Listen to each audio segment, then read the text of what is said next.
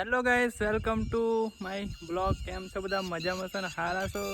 આપણે ફરી આવી ગયા છે નવો બ્લોગ લઈને, નવો અંદાજમાં. અને આજે આપણે આવ્યા છે એક મસ્ત જગ્યા પર. તમને બતાવું, મસ્ત છે, પાણી ખતરનાક ભરાયેલું છે.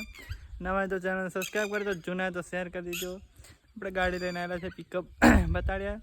આપણી ચેનલને સબસ્ક્રાઈબ કરજો, સપોર્ટ કરજો. આવું કંઈક છે, જોઈ શકો છો તમે.